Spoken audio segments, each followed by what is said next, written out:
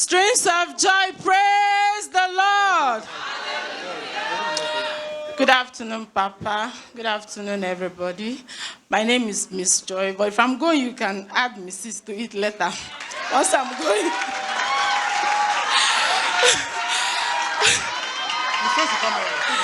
Okay. I joined this commission 24th of, no, the last day of Night of Fire during Pastor's, okay, the last day he was here. Then January 2025, I came back. On January, I came back. Then Pastor said, if you know you're new here to this church, just stand up. And we went to the other side. They entertained us and gave me a flyer. They said, write 3 things you want God to do for you. I wrote it down there that I wanted to get married, yes. Then I wrote extra 2 things down there. He has done 2, remaining 1. Then I started coming. I was just praying casually, just praying.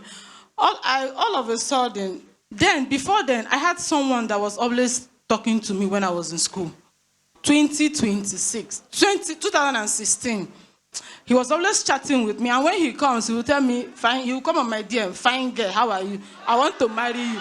I said, "Carry your marriage and go. Me, I'm in a serious relationship. I don't want to get married."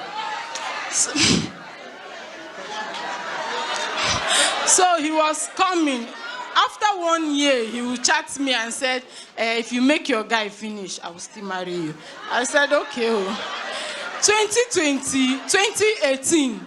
Because I round up the school 2018, 2019. 2022, he started coming. But I was just like, the consistency was too much because I've always been the loving person, not the other way around. So, he started coming. Then 2024, during July, August, the consistency was too much. Before then, I told God on my book, I wrote something on my book, I want somebody that will love me more than the way I love the person. That's what So, 2020, August, he started coming consistently. December 2024, he came back and said, he's not coming to play games with me, that he wants to marry me. I said, how can you marry somebody that you've been chatting with and you have to come and see me first? He came down because he's not based in Nigeria. He came down. Hey! Hey! So he came down because he usually come back every December, according to him. Then he came back. After them, he came and said, okay, he wanted to see me. I said, if you want to see me, you have to come down to Aba and see me. I cannot leave my job. So he came. But I didn't give him that much time. He went back. When he got to his village, he now said, okay, I want you to come to my village and see my people. I was reluctant because then I came here to this altar because the second thing God did for me was my sister that gave birth. I was with my sister doing Omogo. My mom was not around. So I traveled. I told my sister. My sister said I should go.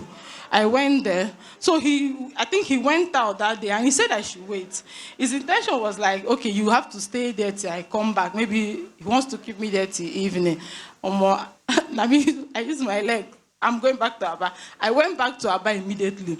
I said, you can't keep me waiting and telling me you went out. Why less you called me that you want to see me. So I went. And when I went back to Aba, I told God, this thing that is disturbing me, I don't know where it's coming from. But if truly it is real, I want him to come down to Aba and see me.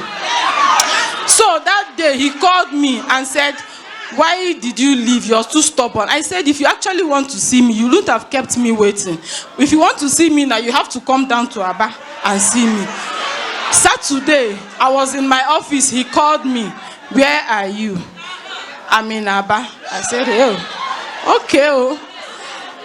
Shakara. And I delayed him for like 30 minutes. I delayed him for 30 minutes. Then I went to see him. He said, the first time I saw him, he was not looking handsome in my eyes. But the second time, I don't know if it's the prayer, but the second time, he was looking so fine and different.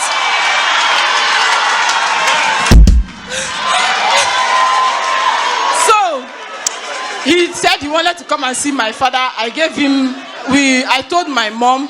My mom said, okay. They came. They paid the first day he came, he paid some things. Then he traveled. March 19, that was January 14th. March 19, he sent his people to go and pay the bride price. He doesn't want to come back and owe anything. So they went there, they paid. Before that time, it was problem. I said, God, this is not what I bargained for. The problem was too consistent that I was like, guy, just go, let me go. Just go. He said he will still stay. That it doesn't matter that he will stay. I said, okay. The problem continued, and my mom was there. Everybody was just calling me, advising me to just calm down and the rest of them. During that period of temptation and problem, he was busy preparing for a white wedding marriage. He was sending money for everything. But one time, December, he came back. I did my wedding January 3rd this year. January 4th, I did my traditional marriage. So you can now... You can see the hand. For those of you who are looking at 2026 as that year that the Lord will do your own. Hey, can you shout? Thank you.